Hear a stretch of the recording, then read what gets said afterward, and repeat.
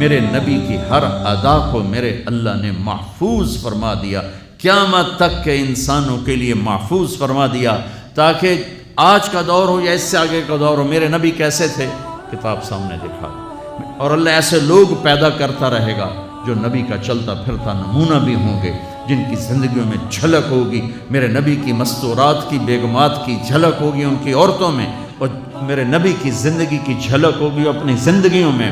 اس لیے میرے نبی کی اللہ نے ایک ایک شے کو محفوظ فرمایا۔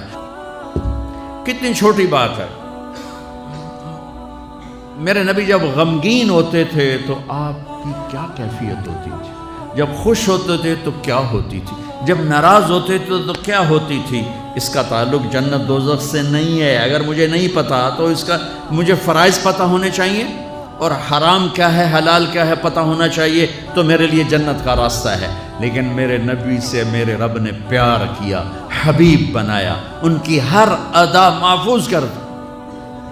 میرے نبی جب غمگین ہوتے تھے، مجھے دیکھو صاحب، میں آپ کو یہ حجت قائم کر رہا ہوں کہ میرے نبی کی اتنی چھوٹی چیزیں جب محفوظ ہیں تو سیرت کیسے محفوظ نہیں ہوگی؟ پتہ نہیں رب کیڑے کمت راضی، یہ واہیات جملہ ہمارے ماحول میں چلتا ہے۔ میرا رب میرے نبی کے عملوں پہ راضی، میرے نبی کی زندگی پہ راضی، میرے نبی کی اداؤں پہ راضی، میرے نبی کی خوشی پر خوش ہے، میرے نبی کی ناراضگی پر ناراض ہے، میرے نبی کی رضا پر وہ راضی ہے۔ میرے نبی غمگین ہیں تو یوں بیٹھے ہوتے تھے،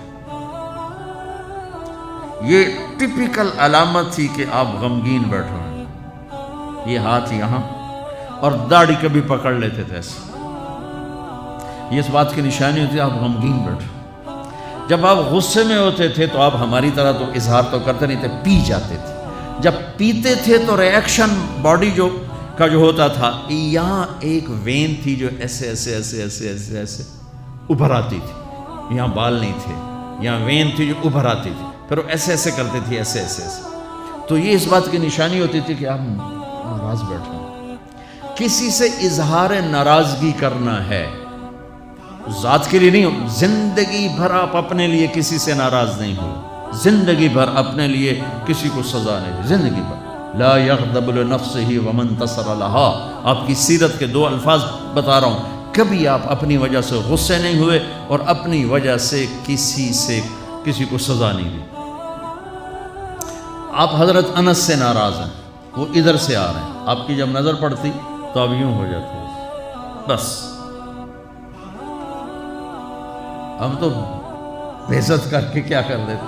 ابو ہریرہ پہ آپ ناراض ہیں، وہ ان کو نظر پڑی، جب آپ خوش ہوتے تھے تو یہ جگہ پہلے ہی روشن تھی، اس میں سے ایسے لائٹیں نکلنے لگ جاتی تھی، جب آپ مسکراتے تھے تو صرف یہ دانت نظر آتے تھے، اور براق الثنایا، یہ دانت اتنے روشن تھے کہ اس میں سے لائٹ نکلتی نظر آتی تھی۔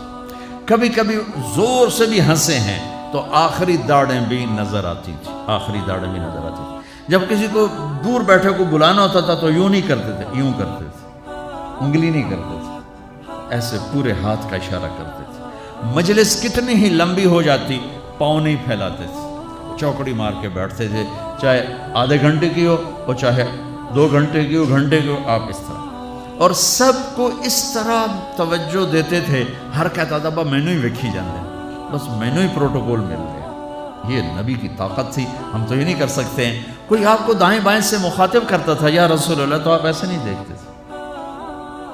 مجھے اگر خالد بھائی کہیں گے مولانا صاحب تو میں اتنا ہی کروں گا، رانجھا صاحب کہیں گے مولانا صاحب میں اتنا ہی کروں گا، ہم سب اتنا ہی کرتے، اتنا بھی کر دو تو بڑی غنیمت۔ میرے نبی پاک صلی اللہ علیہ وسلم تشریف فرما ہے، آپ کو کوئی ادھر سے بلاتا یا رسول اللہ تو آپ یوں نہیں کرتے تھے، آپ یوں کرتے تھے، اس کو اتنا پروٹوکول دیتے تھے، سینے سے سینہ ملاتے تھے۔ یا رسول اللہ تو یوں نہیں ہوتا تھا، ایسے ہوتا تھا۔ ادھر سے کہنے کہ یا رسول اللہ تو ایسے نہیں ہوتا تھا، پورا ایسے ہوتا تھا۔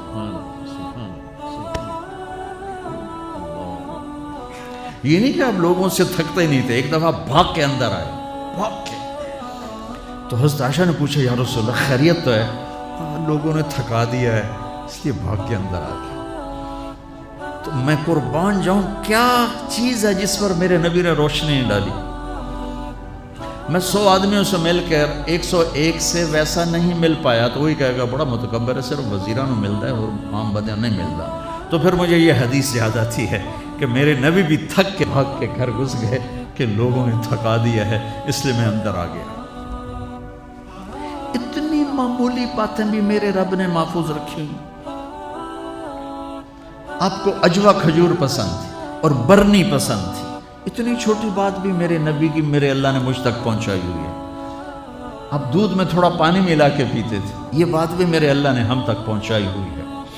آپ کو گوشت میں بکرے کی دستی پسند تھی اور گردن کا گوشت پسند تھا. آپ کی بکریوں کے نام ہمیں معلوم نہ ہو تو کوئی فرق پڑتا ہے؟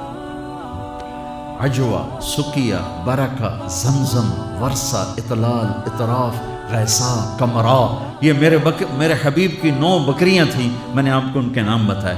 10واں اس میں بکرا تھا، یمن، اس کا نام تھا یمن. اور آپ کی بکری کمرا آپ کی زندگی میں مر گئی، یہ بھی میرے تک پہنچتا ہوا ہے، ہمارے پاس پہنچا ہوا ہے.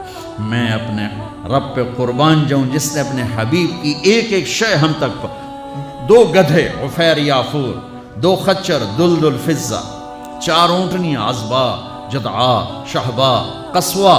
جب آپ مدینہ سے نکلے حج کے لیے آپ قصوہ پہ سوار تھے. جب آپ 9 تاریخ کا خطبہ دے رہے تھے آپ قصوہ پہ سوار تھے. جب آپ 10 تاریخ کا خطبہ دے رہے تھے آپ قصوہ پہ سوار تھے. جب آپ طواف زیارت کرنے گئے آپ جدعا پہ سوار تھے. جب آپ نے 11 تاریخ کا خطبہ دیا آپ عزبا پہ سوار تھے اور آپ کی اونٹنی کے نیچے ابو بکرہ کھڑے تھے. اتنی تفصیل یہ ابو بکرہ کھلوتے اندر ہے.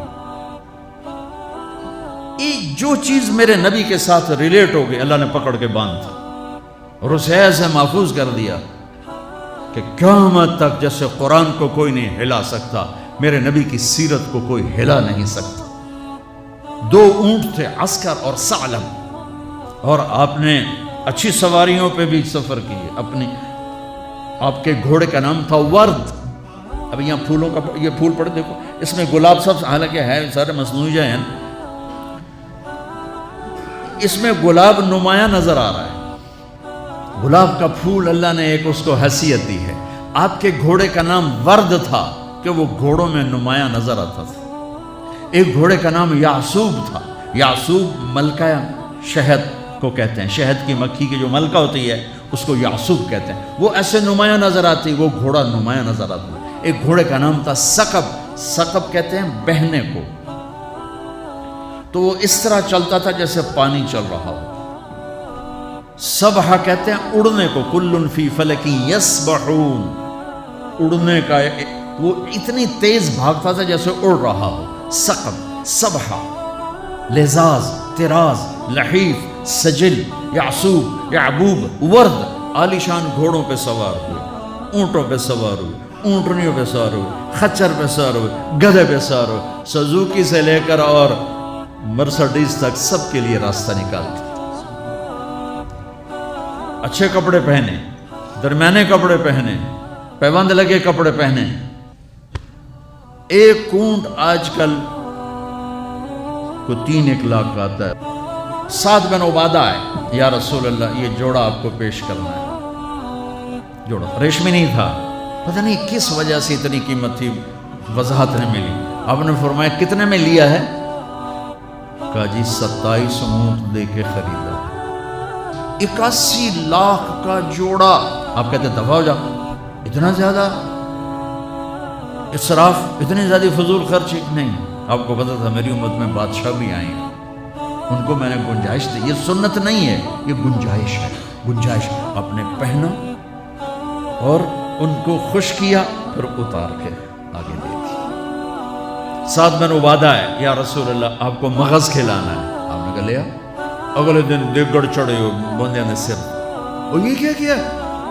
کہ یا رسول اللہ بس آپ کو جو کھلانا تھا میں نے 100 اونٹ ذبح کر کے صرف مغز نکال کے پکایا، باقی تقسیم کر دیا.